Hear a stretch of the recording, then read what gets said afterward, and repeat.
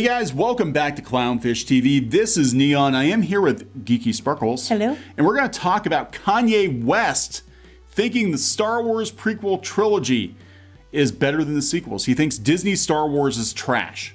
Well, hey. So we're gonna. So do a lot of people. So do a lot of people. So thank you very much, Kanye West. He's clearly a race. Oh. Yeah, right. He's just a toxic white male.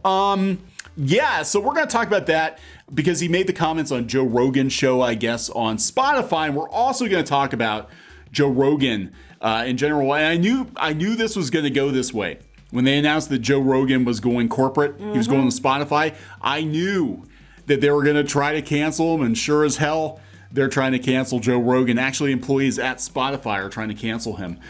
So this never works. Why do people who have strong opinions, who build a platform for their opinions, go corporate? They take the money, they go corporate, and then all of a sudden they're trying to stop them from saying the very things that made them popular in the first place. Yeah, exactly.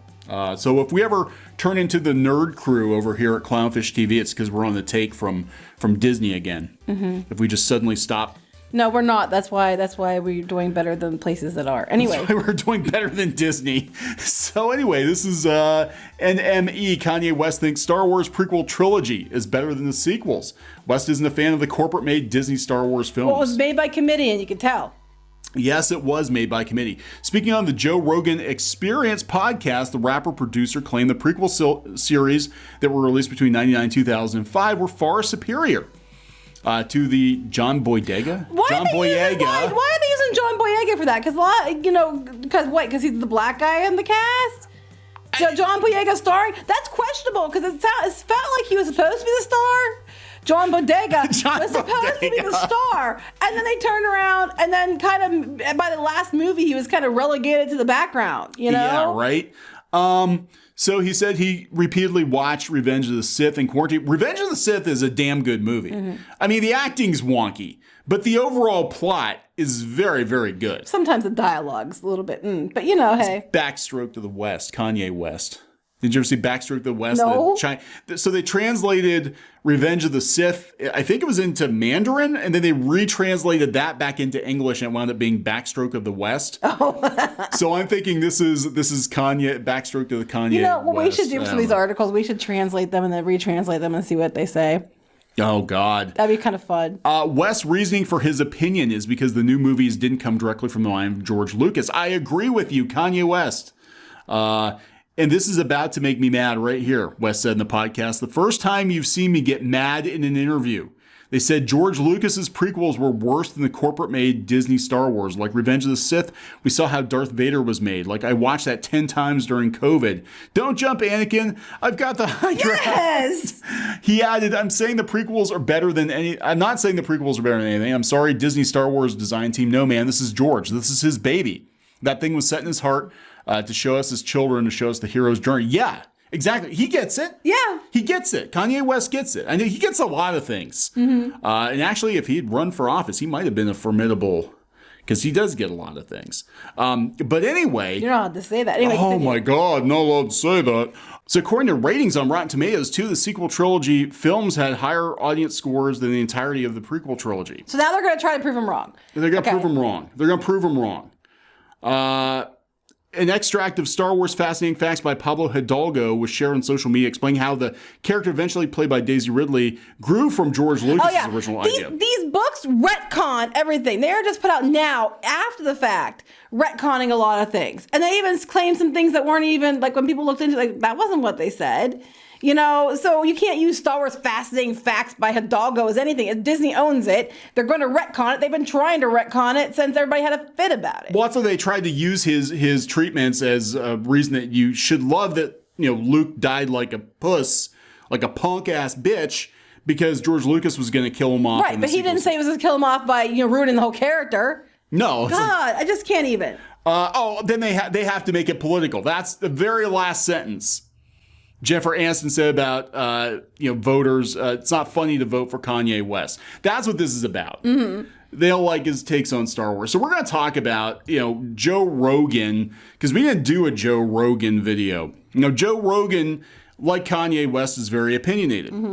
Joe, You're not allowed to be opinionated. How dare you? he's very opinionated, and he's had some controversial guests on. He's a pretty open-minded dude. He's like, I'll talk. Basically, I'll talk to anybody. I might not agree with him, but I'll talk to anybody. I mean, like an adult, like adults used to do. Yeah. Yeah. Remember when that was a thing? So anyway, he got a lot of backlash because he went to Spotify.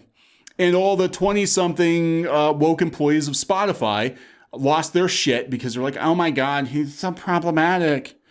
Said Rogan's radical free speech orientation and free thinking ideology have consistently courted controversy in the past. Observers were curious to see how Spotify would navigate issues around misinformation and hate speech. Oh my God, because he said it, and obviously has to be misinformation and hate speech. Well, because he's had people on. He's had like Alex Jones on. He's had. I think they cut those out of the Spotify version. Latter being a concept that Rogan himself has a history of actively interrogating in terms of its relationship with free speech.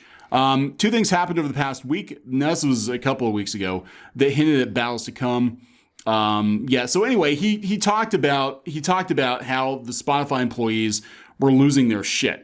Because don't you know, when you work at a company and the higher ups decide to do something, that everybody in the company should have an opinion on that. Like and Kickstarter. You should all get a voice, and a vote should be given to the entire company to make sure that everybody's on board before the higher ups make a decision. Because that's how the world works. Whatever. Why I'm trying to figure out why his new studio looks like a Chinese restaurant. I don't know. Or a bordello. I don't know what it Blade is. Runner bordel. I don't know. It's weird. It looks like he's in a tube or something. I hate this set. They reported that Spotify employees were threatening to strike in response to the guests and conversations on the Joe Rogan Experience. But he said part of the deal, and they gave him $100 million. Part of the deal was he made it clear that Spotify would have no creative control over his ultra popular podcast, which is why it was popular in the first place, by the way. What happens is these companies are like, wow, look at those numbers. That's great. Let's bring this person in, and they're going to bring their eyeballs. And Disney tried this with PewDiePie, with Maker Studios, and it blew up spectacularly because, corporate America is not in sync with these free will and free thinking independent voices, which is why so many people watch Joe Rogan, because he's not on the take. Because they're not done by committee. They're not done by committee. But now some of the very sensitive employees over at Spotify are having a really hard time with this. Said it's known for its diverse body of guests and unfiltered dialogue. When the program officially arrived on the music platform, fans noticed that several episodes, most but not all involving controversial individuals, were missing from the lineup. Missing podcasts were initially attributed to a technical hang-up. Oh, just happened to target all those. Okay. Yeah, this is what happened with PewDiePie too. PewDiePie gets shadow banned, oopsie doopsie, and all of a sudden Google's like, oh, we don't ban people. YouTube did this with PewDiePie. With PewDiePie, they were like, oh, we don't shadow ban anybody. It's gotta be a technical glitch. We'll look into it. And all of a sudden PewDiePie's channel magically reappeared. In search, a technical hang-up. Sure it is. It subsequently came to light that a number of Spotify employees had taken issues with Joe Rogan, many pushing for the removal of additional episodes. Shortly thereafter, DMN revealed that the in-house opposition went even deeper. Some team members were demanding direct editorial oversight of Rogan and threatening a strike. Well, that's bullshit. You know what? Welcome to reality. When you work at a company, you might not get a say on what the company does. Yeah. There's a lot of companies that do a lot of shitty things, and either you don't know about it or you don't have a say in it. So this is what happened with Kickstarter. Kickstarter was salty that the comics projects they wanted to push, including one called Always Punch Nazis. The head of Kickstarter was like, no, we can't do this. We can't do this one.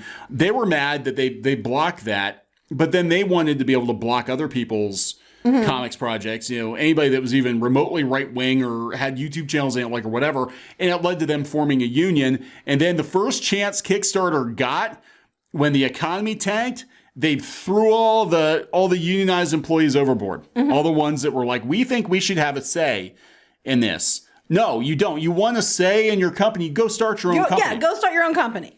You become the publisher, and you can say whatever the hell you want. Now, he said that they have said nothing to me about it, responded Rogan, referring to the contact from executives about employees reported plans to strike zero. It's never come up. Well, they're not going to say anything to him about it. They just paid the guy $100 million, biggest podcast deal ever, and they're not going to jeopardize it. So I don't think it's going to get very far. But yeah, they've been trying to get Joe Rogan canceled, and he has people on like Kanye West that are controversial. He's had people on like Alex Jones, who's been thrown off of like every major. And just because they interview him doesn't mean that they agree with them. You know, that's dumb. It's like saying anybody who interviews anybody ever on a news network or Good Morning America they must completely agree with every political opinion that person has because they're interviewing them. It's their job. Well, that's what, yeah. I mean, I'm like, so, you know, if you've got like Barbara Walters interviewing a dictator, that doesn't mean that Barbara Walters agrees with the dictator. Right. It's just she's trying to get inside his head and see what makes him tick. And it's an interesting interview. Like, why are you the way that you are, you know? And sometimes you find some common grounds. But their whole thing is, and Rogan brings this up, he says basically a bunch of young people that don't have enough real world experience to know that just because you talk to somebody doesn't mean that you're automatically on board with everything they say. And just because you whine and cry about it doesn't automatically mean you get your way.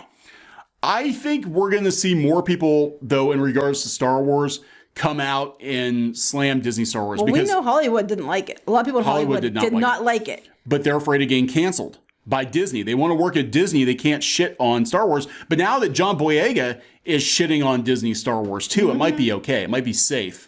To shit on Disney Star Wars because it was just a cash grab. That's all it was.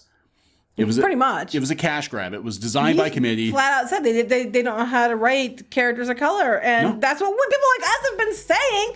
Rose Tico, it wasn't Maria Tran's fault. The character was written so shitty, everybody hated her. You know, Finn. Everybody expected Finn to be a big deal, and everybody wanted to see Finn's story because it was such an interesting idea, and then they didn't do anything with it. And that's exactly what people are complaining about. The ones that they're all calling, you know, ists and phobes for not liking the movie. That's the stuff they've been saying over and over again. But no, you're just racist and sexist. It's like, no, the people who wrote this shit as racist are racist and sexist. We're just pointing it out. You know, I'm just tired of it. I'm just sick to death of it. I think everybody else is, which is why they're flocking to shows like this, why they're flocking to, you know, YouTube to watch independent voices and not the by committee voices that the journos agree with. Yeah, and they're salty about it. And they're going to, every opportunity they get, and I think that was really at the root of it. I think that's what was behind a lot of the Star Wars hate it was the journos and people at Lucasfilm and Disney trying to smack down dissenting voices. Exactly. That's all we've ever pointed out. Yeah. So it is what it is. I think history is going to tell a different story. 10 years from now, people are going to be like, oh, God, the Disney sequels, they were terrible. Glad they decanonized them after Kathleen Kennedy got fired. Yeah, that's wishful thinking there. We'll see. So we're going to wrap this one up. Yep. Please subscribe for more pop culture news, views, and rants. We'll talk to you guys later. Bye.